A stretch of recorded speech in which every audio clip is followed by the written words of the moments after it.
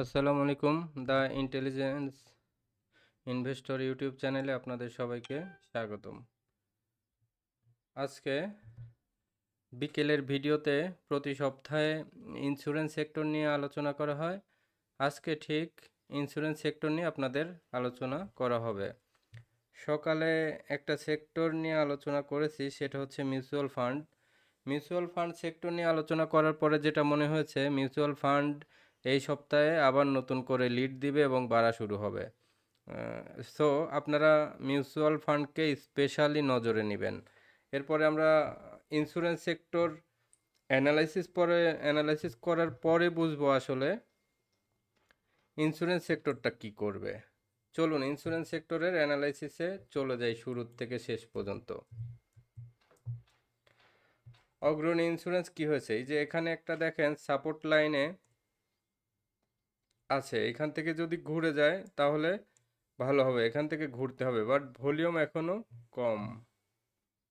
অগ্রণীর পরে Asia insurance আমরা দেখে আসি। এশিয়া ইন্স্যুরেন্স একটু সুইং দিছে, সেভাবে এখনো স্ট্রং না।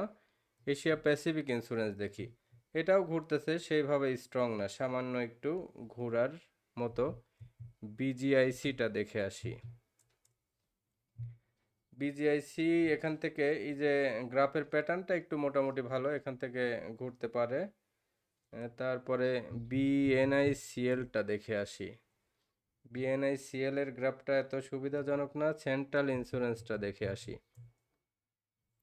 সেন্ট্রাল ইন্স্যুরেন্সটা এখান থেকে বাড়বে, দেখেন এখান থেকে এই যে একটা মোটামুটি নিচের থেকে অনেক বাই প্রেশার ছিল, এখান থেকে যেহেতু ঘুরছে এইটা একটু ভালো হবে।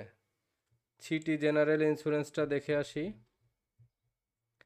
এটা এই যে অনেক বাড়ার পরে অনেক দিন থেমে থেকে আবার এখানে একটু ওয়েভ নিচ্ছে, এটাকে অবজারভেশনে রাখেন, বাট এন্ট্রি নিয়েন না এখনই। কন্টিনেন্টাল ইন্স্যুরেন্সটা এখান থেকে ভালো হবে, দেখেন এখান থেকে এই যে মোটামুটি একটা রিভার্স নিয়েছে। এরপরে ক্রিস্টাল ইন্স্যুরেন্সটা আমরা দেখে আসি। ক্রিস্টাল ইন্স্যুরেন্সের কোনো ট্রেন্ড এখন দেখা যাচ্ছে না। এরপরে আমরা ডিজিআইসিটা দেখে আসি। ডিজিআইসির কোনো ট্রেন্ড নেই। ঢাকা ইন্স্যুরেন্সটা দেখে আসি আমরা। ঢাকা ইন্স্যুরেন্স এখান থেকে মোটামুটি বাড়বে। ইস্টার্ন ইন্স্যুরেন্সটা দেখে আসি আমরা। ইস্টার্ন ইন্স্যুরেন্সটা এখান থেকে বাড়বে। ইস্টল্যান্ডটা দেখে আসি।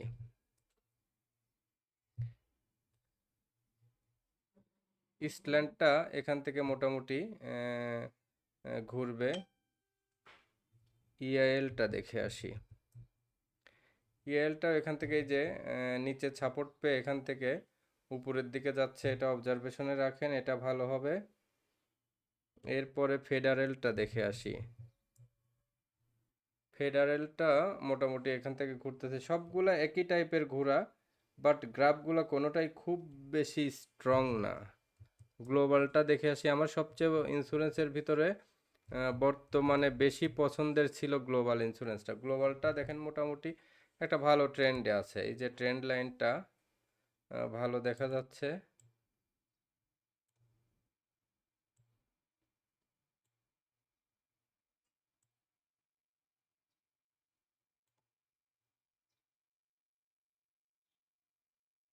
গ্লোবালটা এটা একটু ভালো হবে, ভালো সম্ভাবনা। এটা 60 টাকার কথা বলেছি, দেখবেন আগে পরে এটা 60 টাকার দিকেই চলে যাবে। গ্রিন ডেল্টা দেখে আসি। এটা এই যে সাপোর্ট লাইন ভেঙে গেছিল, আবার ভিতরে ঢুকতেছে, এটা আবার ভালো হতে পারে। গ্রিন ডেল্টার পরে চলুন আইসিআইসিএলটা দেখে আসি।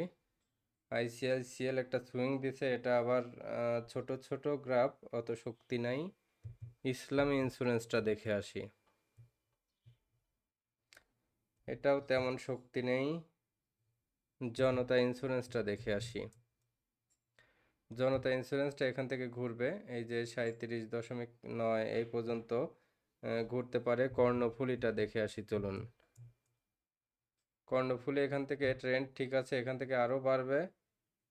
কর্ণফুলীর ট্রেন্ড নষ্ট হয়নি। কর্ণফুলীর পরে মার্কেন্টাইল ইন্স্যুরেন্সটা দেখে আসি।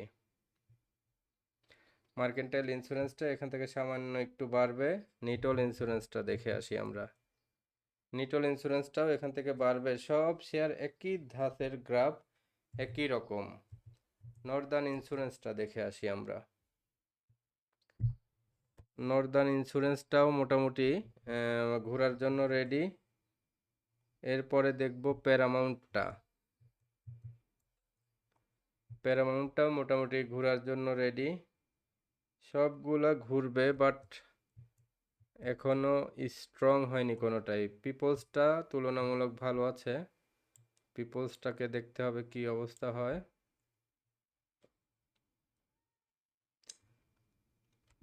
ফিনিক্স ইন্স্যুরেন্স, এই ফিনিক্স ইন্স্যুরেন্সটা কিন্তু মোটামুটি আমার একটা পছন্দের স্টকস। ফিনিক্স ইন্স্যুরেন্সটা দেখেন সবচেয়ে ভালো অবস্থানে যতগুলো দেখলাম এখন পর্যন্ত এই ফিনিক্স ইন্স্যুরেন্সটা বেশি পড়ে নাই। এখান থেকে কাভার দিলে যে এটা ব্রেকআউট করলে আবার ভালো হবে, তার মানে কি ট্রেন্ডে ফিনিক্স ইন্স্যুরেন্সই আছে। তো ফিনিক্স ইন্স্যুরেন্সকে একটা 3 তারকা চিহ্ন দিয়ে দেন। গ্লোবালকেও 3 তারকা দিয়ে দেন। এই দুইটা শেয়ারকে টার্গেটে রাখেন। এরপরে প্রগতি ইন্স্যুরেন্স দেখে আসি। প্রগতি ইন্স্যুরেন্সের কোনো তেমন ট্রেন্ড নেই।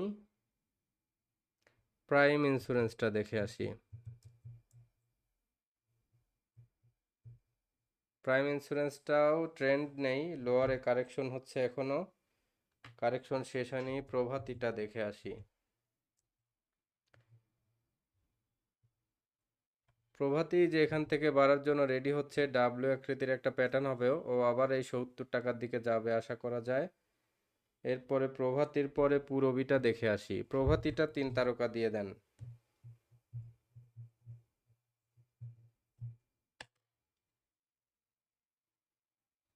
প্রভাতির পরে পুরবিটা দেখে আসি। পুরবিটা এখানে বাড়ার জন্য রেডি হয়ে গেছে। পুরবির পরে রিলায়েন্স ইন্স্যুরেন্সটা দেখে আসি। রিলায়েন্স ইন্স্যুরেন্সটাও এখান থেকে বাড়বে। রিপাবলিকটা দেখে আসি। রিপাবলিকটাও ঘোরার জন্য রেডি হয়ে গেছে, রিপাবলিককে নজরে রাখবেন। এরপরে রূপালী ইন্স্যুরেন্সটা দেখে আসি। রূপালী ইন্স্যুরেন্সও এখান থেকে ঘোরার জন্য রেডি হয়ে গেছে। এরপরে এসআইসিএলটা দেখে আসি। এসআইসিএলটা দেখেন একটা ভালো অবস্থায় যে ব্রেকআউট নিয়েছে। এসআইসিএলকে একটা 3 তারকা দিয়ে রাখেন।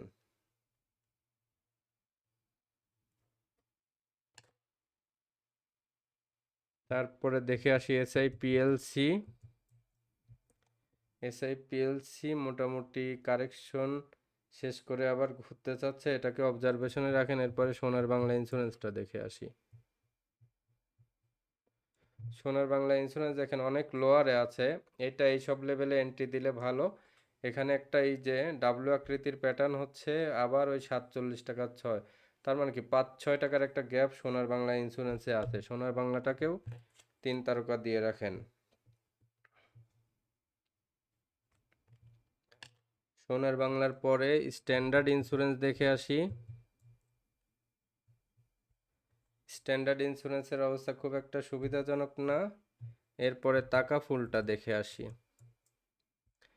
টাকা ফুল মোটামুটি বাড়তেছে, এই যে একটা বড় ক্যান্ডেলের পরে ছোট গ্রিন ক্যান্ডেল, এটা একটু নেগেটিভ ইস্যু। তাছাড়া মোটামুটি ট্রেন্ড ঘোরানোর চেষ্টা করতেছে, দেখতে পারেন, নজরে রাখেন। ইউনিয়ন ইন্স্যুরেন্সটা দেখে আসি। ইউনিয়ন ইন্স্যুরেন্সটাও এখান থেকে ঘোরাবে মনে হচ্ছে। এরপরে ইউনাইটেড ইন্স্যুরেন্সটা দেখে আসি। ইউনাইটেড ইন্স্যুরেন্সও এখান থেকে ঘোরাবে। এম আকৃতির একটা প্যাটার্ন দেখেন এখান থেকে এইভাবে, তো 70 টাকার দিকে যেতে পারে। তাহলে ইন্স্যুরেন্সের ভিতরে মোটামুটি 5টি স্টকস ভালো খুঁজে পাওয়া গেল। এটা হলো ফোনিক্স ইন্স্যুরেন্স, গ্লোবাল ইন্স্যুরেন্স, প্রভাতী ইন্স্যুরেন্স, এসআইসিএল, সোনার বাংলা ইন্স্যুরেন্স। এরপরে ইআইএল, এই কয়টাকে একটু টার্গেটে নিয়ে রাখেন।